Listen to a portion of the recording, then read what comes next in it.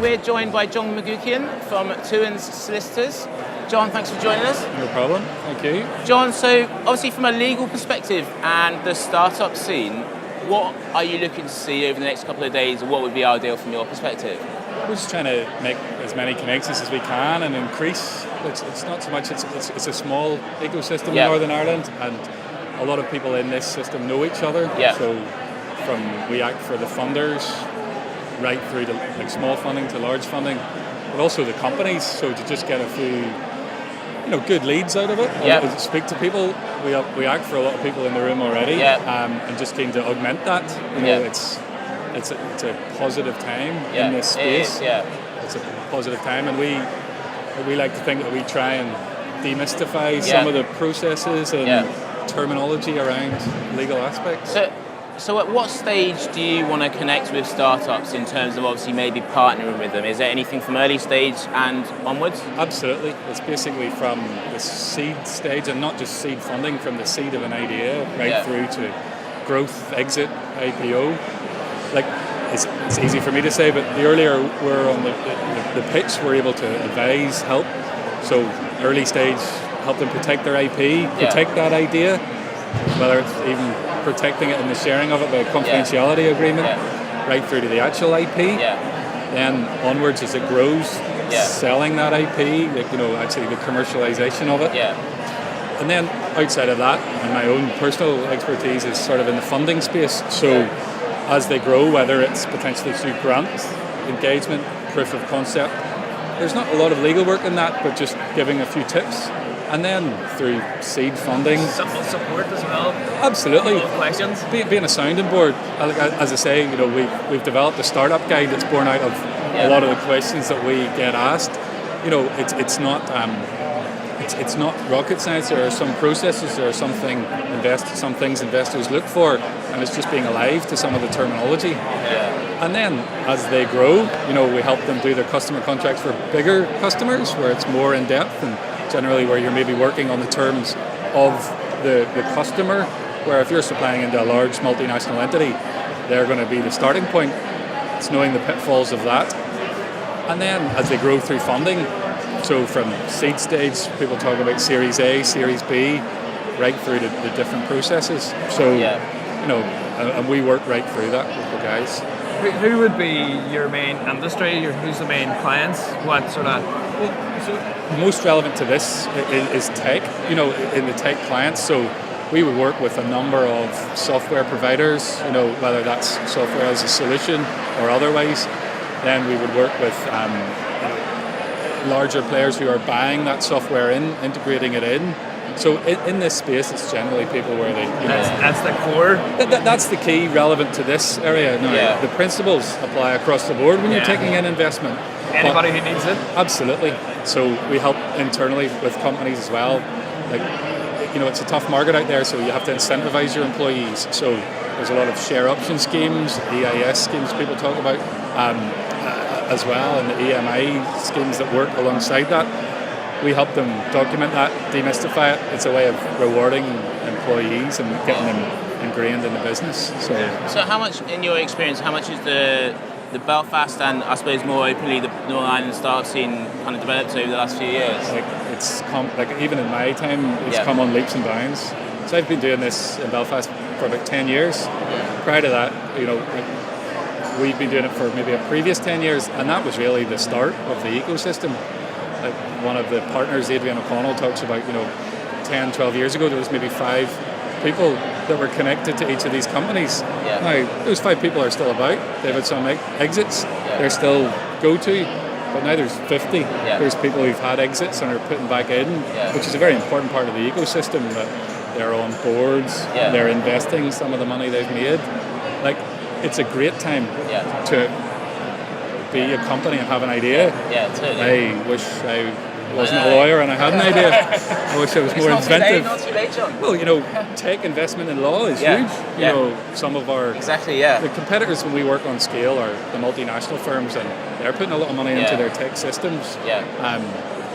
So funding-wise, it's a great time to be out there. There's the Invest Northern Ireland sponsored funds, which are huge and give you a platform. But then more people are looking here for, like on our panel session today, ADV, a fund from Newcastle or over. We've acted on any number of investments from London funds and further afield. There's a lot of US money here at the minute. You know, so again... Yeah, totally. And you would look at the startups that are here today, and I would say 50% are from outside, 60% outside Northern Ireland, maybe in the island as well. Yeah, and it's great. It is, like some of these, like some of the larger entities that will speak, you know, Nueda is an example of Brendan Monaghan, I believe, has spoken today. That's spun out of Kanos. Kanos is a huge example. They're here as well. So those are local companies which have done well. And there is a balance because there are companies who are really trying to wrap their arms around our talent. You know, so the IT talent in Northern Ireland is second to none. So we get a lot of foreign direct investment for that talent. Now, that's a balance because those guys can you know, swoop in and take some of the talent.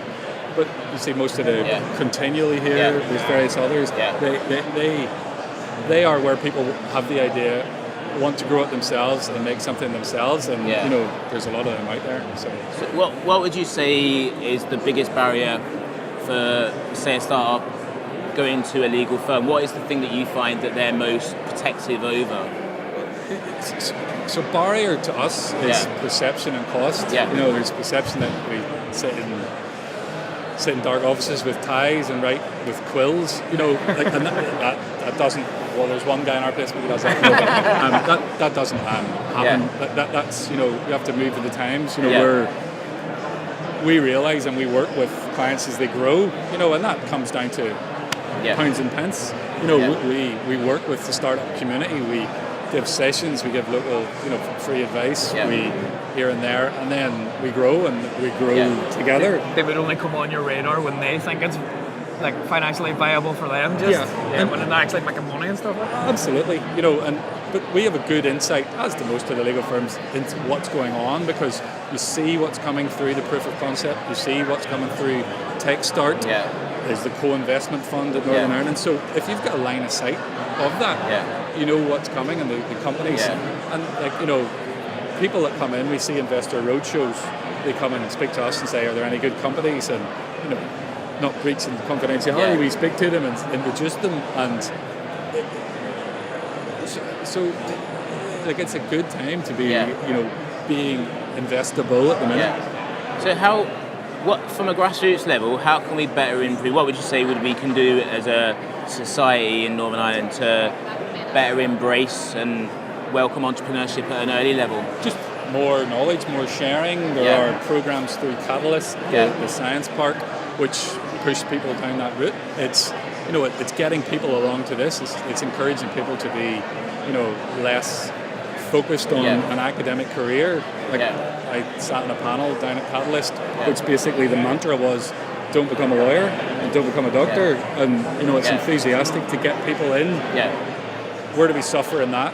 People say, well, I want my little Johnny or Mary to go off and do medicine or law, but it's getting them to this, you know, getting them to this, getting them to see where you can go, the places you can travel. You know, you can do that in law, you can do that in medicine, but... I'll give you an example. There's a guy that's pitching tomorrow.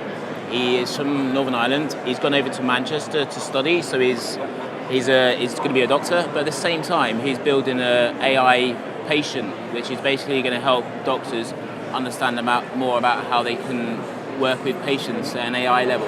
Now that's someone from Northern Ireland who's gone to Manchester, who's still doing the academic, but he's embracing the tech and the entrepreneurship. That's the type of people we want to see back in Northern Ireland. Absolutely, and just pushing it because it's relevant to what he's doing. I went to Manchester, I studied law, but I didn't necessarily come up with too many ideas. It was great. I had a great time. I didn't come up with any ideas at the time. But no, I mean, obviously from a grassroots perspective, it's great that you guys are here, and it's great that you're supporting an event which really is becoming an integral part of the Belfast scene anyway. It's one of the hottest conferences about. It's probably the most locally open focused conferences that does this, that just gives that platform. And the amount of networking and introductions that will come out of this. we're running a funding panel now, and we have a couple of external funders here, and they've walked down for half an hour and been blown away. So wow. It's great. That's great. John, thanks very much for your time. Yeah, no problem. Enjoy the rest of the day. And obviously at 5:30 today, we're having a few sneaky beers here. So see you then. 5:30. Good stuff. Okay. Cheers, John. Thank you. Thanks very much, John.